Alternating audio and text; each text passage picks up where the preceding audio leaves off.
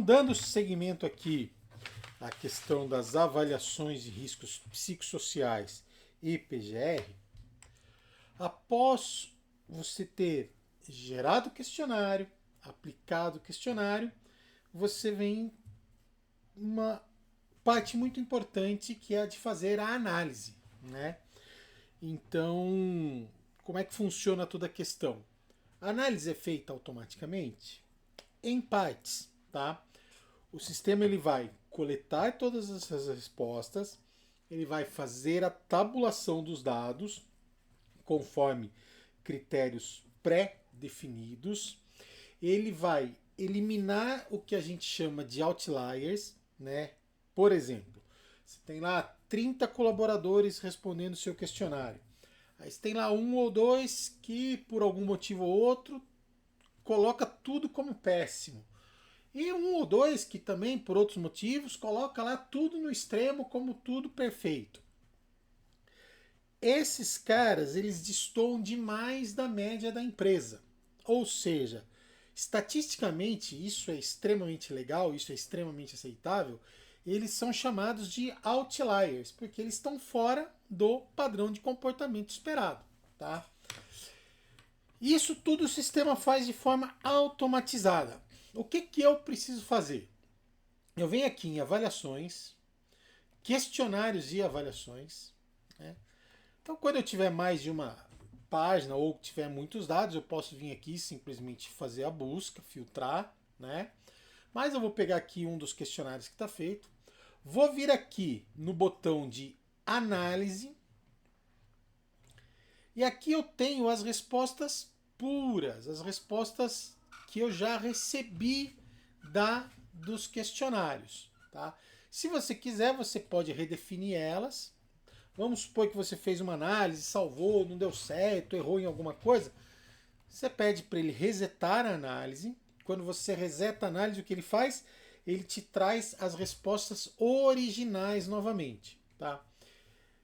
Então eu venho aqui, eu posso editar a severidade, caso necessário. Editando a severidade vai haver um impacto diretamente no grau de risco. Tá? A probabilidade eu não posso editar. Por que eu não posso editar? Porque a probabilidade ela depende da quantidade de respostas que eu tive. Né? Aqui eu tenho os 11 aspectos relacionados: apoio social, clima organizacional, conflito trabalho-vida pessoal, né? E assim por diante. Né? Dependendo do tamanho da sua tela, você vai ver os 4, dependendo do tamanho, você vai ver 3, e ele vai rodando. Tudo isso aqui está organizado por ambiente. Então eu tenho os ambientes aqui em cima, né? Esse aqui é do escritório, esse aqui é do ambiente geral, e aqui no final eu tenho um plano de ação consolidado. Esses planos são sugestões. O ideal é você fazer ajustes. Esses ajustes são importantes para que eles respondam àquela empresa, que eles respondam àquelas realidades, né? Aqui é um plano que eu já fiz alguns ajustes, que eu já escrevi algumas coisas, tá? Até porque o objetivo disso aqui agora é repassar essa questão da análise e mostrar como é que eu vou colocar esses riscos no meu psicossocial, no meu PGR, no meu ambiente de trabalho, tá?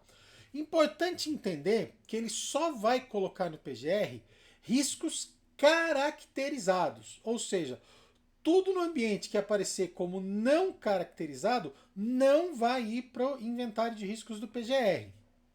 Tá? É muito simples. Basta eu salvar a análise, aguardo que ele processe. Ok, pronto. Esses riscos já estão no PGR. Se eu vier aqui no ambiente, procurar a minha empresa, localizar a empresa, carregar os ambientes, e eu vou aqui, por exemplo, no ambiente escritório, e eu tenho os riscos relacionados aqui. Os 11 aspectos que estavam identificados nesse ambiente. Ele tem um código de NA aqui, de não aplicável, porque ele não é um risco que consta na tabela do E-Social. Tá? Eu posso editar, eu posso fazer algumas modificações, né? Basta eu clicar ali no lápis. Cliquei no lápis, tenho aqui, posso fazer alguns ajustes conforme eu achar necessário, né? Obviamente que eu não vou informar EPIs, EPCs, né? Mas tá já relacionado. Tá aqui o plano de ação também, que a gente já tinha criado. Se você achar necessário, você pode vir fazer alguma alteração aqui também, certo? Todos esses riscos estão relacionados aqui, certo? Consequentemente, se eu vir aqui e puxar o meu PGR,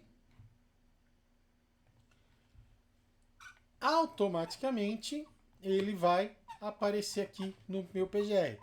Por que ele já apareceu? Porque eu estou falando de um PGR que está em esboço. Então, enquanto o PGR está em esboço, qualquer alteração que eu faça, ela já é assumida aqui no meu PGR, né? Então, eu tenho aqui os meus agentes ergonômicos e ou psicossociais. Por que os riscos psicossociais estão dentro do mesmo grupo dos agentes ergonômicos? Porque essa é a norma. Na junção, né, na relação entre NR1 e NR17, essa questão de ergonomia, ou seja, corpo, e o psicossocial mente, eles são tratados como integral, né?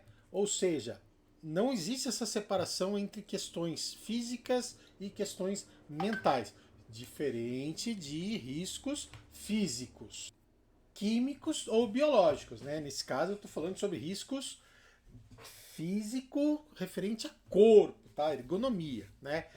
Então, a NR17 ela não se prende somente às questões da adequação física, mas também às demandas cognitivas, tá? E a atualização do PGR, da NR01, né, principalmente da parte de GRO, a gestão de riscos ocupacionais, ela considera os fatores psicossociais como uma parte da avaliação, tá? Então, por isso que eles entram no mesmo guarda-chuva, né? E aqui os riscos vêm lançados no mesmo molde do inventário de riscos do PGR, né? O sistema passou por alguma remodelagem, o laudo ele está mais completo e ao mesmo tempo de mais fácil leitura. Certo? Seguimos e até o próximo vídeo.